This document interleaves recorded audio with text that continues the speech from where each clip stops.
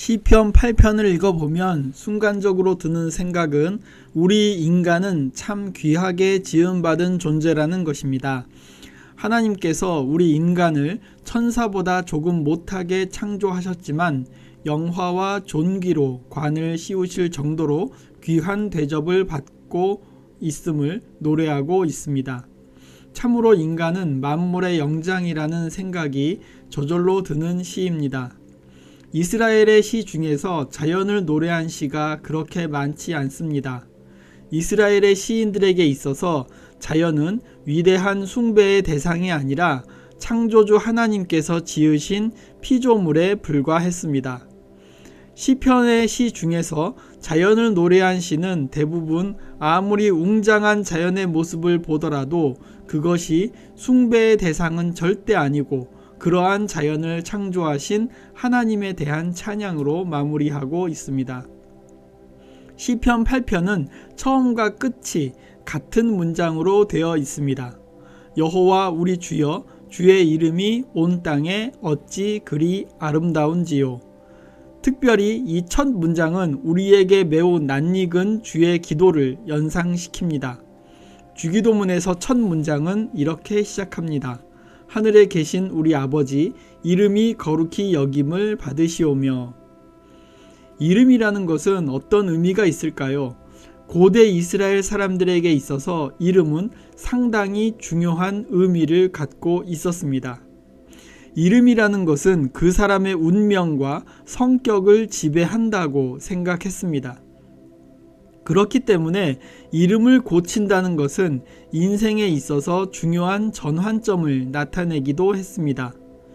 야곱이 야복강가에서 천사와 씨름을 한 뒤에 이름을 이스라엘로 바꾼 것을 우리는 잘 알고 있습니다. 또한 사도 바울이 사울이라는 이름에서 바울이라는 이름으로 고치고 이방인에게 예수 그리스도를 전한 것도 잘 알고 있습니다. 옛날 고려시대에 몽고의 침입으로 나라가 황폐했던 시절에는 울던 어린아이가 징기스칸이라는 이름만 들어도 울음을 뚝 그쳤던 때가 있었다고 합니다.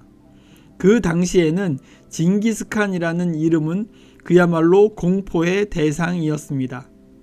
이렇게 이름 그 자체만으로도 위대한 능력을 나타낼 수 있고 만물을 굴복시킬 수도 있습니다. 시편 시인이 1절에서 말하는 여호와의 이름이 온 땅에 아름답다고 고백한 것은 여호와 하나님께서 행하신 놀라운 일들을 돌아보면서 느끼는 감정에서 출발한다고 보아야 합니다.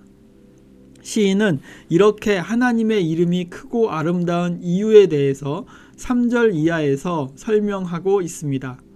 즉 여호와 하나님은 하늘, 달, 별, 사람들을 비롯하여 모든 만물을 만드셨기 때문이라고 보고 있습니다.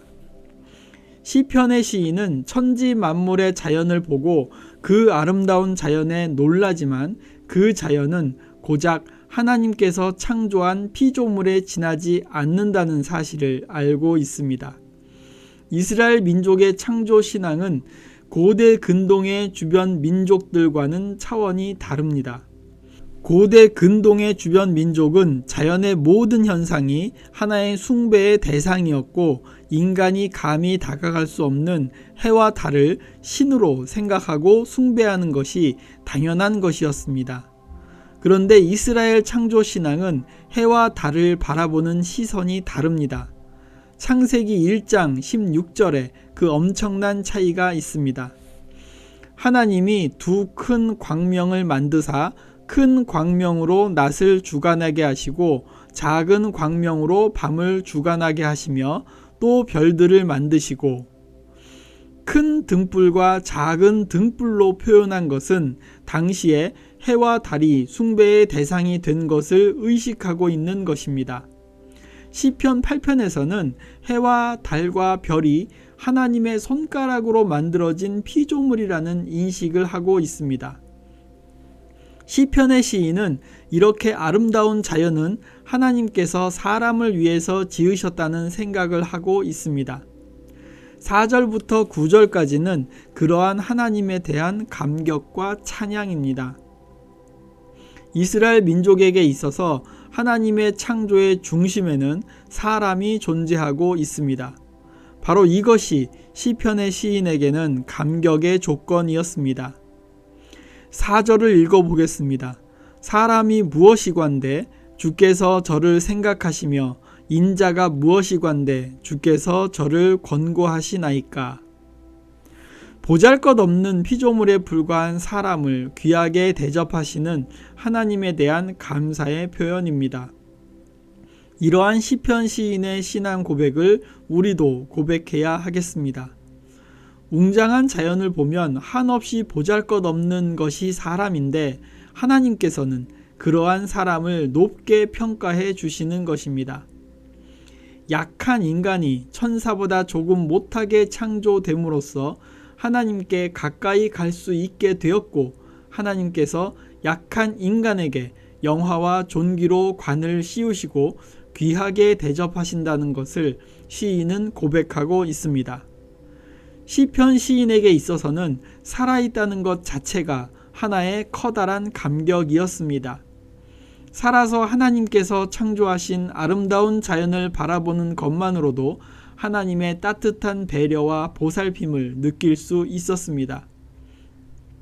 젊어서 양을 치는 일을 했던 다윗에게 있어서 밤에 양들과 함께 들판에서 잠을 지새우면서 바라본 하늘의 별들과 다른 하나님께서 다른 어떤 사람들이 아닌 다윗을 위해서 만들어 놓은 것이라는 사실을 생각하면서 자신이 어디를 가나 하나님께서 보살펴 주시고 돌보신다는 사실을 깨달았을 것입니다. 시편 8편을 읽어보면 자연을 바라보는 것만으로도 감격스럽고 그 자연 속에 비록 약한 인간으로 서 있지만 창조주 하나님을 생각하면 더할 나위 없이 감격스러움에 사로잡혀 있다는 생각을 해봅니다. 하나님께서 창조하신 모든 만물 중에 사람이야말로 가장 귀하게 지음받은 존재라는 사실, 이 사실을 아는 것만으로도 우리는 하나님께 감사해야 하고 하나님을 찬양해야 합니다. 귀하게 지음받은 우리는 어떠한 삶을 살아야 할까요? 하나님께서 영화와 존귀로 관을 씌워주신 것을 기억하며 살아야 합니다.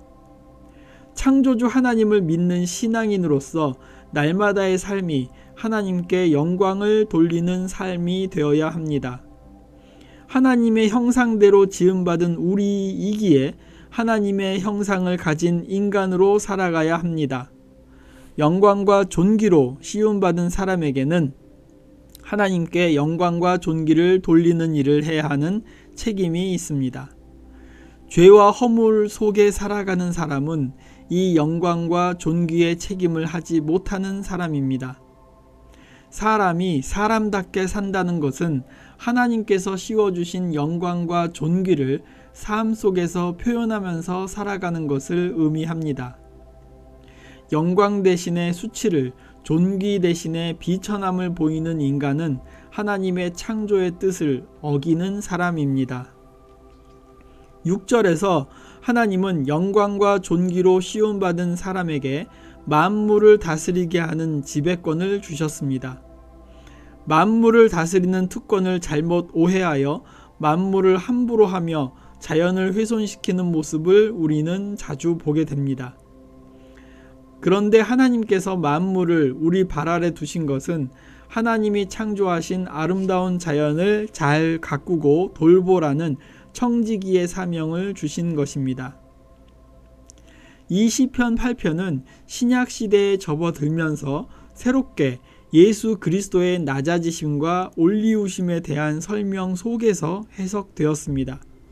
시편 8편 4절에 인자를 예수 그리스도로 해석하면서 히브리서 2장 6절에서 10절까지는 시편 8편 4절부터 6절을 인자이신 예수 그리스도와 관련시켜서 생각하고 있습니다. 시편 8편 5절에 천사보다 조금 못하게 하시고 라는 부분은 히브리서 2장 7절에서 저를 잠깐 동안 천사보다 못하게 하시며 라고 표현이 되어 있습니다. 이 잠깐이라는 단어를 통해서 예수 그리스도의 십자가 순환과 죽음을 이야기하고 있습니다. 그러나 하나님께서는 영광과 존귀로 관을 씌우시며 만물을 그 발 아래 복종하게 하셨다고 고백하면서 예수 그리스도의 죽음과 부활을 통해서 세상의 만물이 그에게 복종하게 되었다. 이렇게 설명하고 있습니다. 시편 8편의 시는 창조의 행위를 통해서 인간, 사람을 존귀하게 만드신 하나님의 이름을 아름답다고 보았습니다. 이렇게 아름다운 하나님의 이름을 부르는 자체가 시인에게는 감격이었습니다. 이러한 시인의 정신이 이스라엘 민족의 신앙 고백이 된 것입니다. 신약에서는 사도 바울이 예수 그리스도의 이름의 크고 아름다움에 대해서 빌립보 교회에 보내는 편지를 통해 이렇게 이야기했습니다. 빌립보서 2장 9절에서 11절입니다. 이러므로 하나님이 그를 지극히 높여 모든 이름 위에 뛰어난 이름을 주사 하늘에 있는 자들과 땅에 있는 자들과 땅 아래에 있는 자들로 모든 무릎을 예수의 이름에 꿇게 하시고 모든 입으로 예수 그리스도를 주라 시인하여 하나님 아버지께 영광을 돌리게 하셨느니라. 예수님의 이름이 높여지고 영화롭게 된 것은 예수님께서 스스로 자신을 낮추셔서 인간의 몸을 입으셨고 죽기까지 복종하신 것 때문이었습니다. 시편 8편에서 하나님의 이름이 높고 아름다운 이유는 웅장하고 아름다운 자연을 인간을 위해 창조하시고 인간들을 존귀하게 대접하심 때문입니다. 신약성경 빌립보서 2장 9절에서 11절과 히브리서 2장 6절에서 10절까지에서 예수 그리스도의 이름이 높고 아름다운 이유는 예수 그리스도가 스스로 낮아져서 죽기까지 복종하심으로 우리 인간들을 구원하셨기 때문입니다. 결국 구약과 신약을 통해서 하나님의 이름이 아름다운 이유는 그가 보잘것없는 우리 인간들을 위해서 위대한 구원의 계획을 세우셨고 그 계획을 실천하시는 과정에서 자신의 아들인 예수님을 십자가에 희생시키시면서 그 놀라우신 사랑을 보여주신 때문입니다.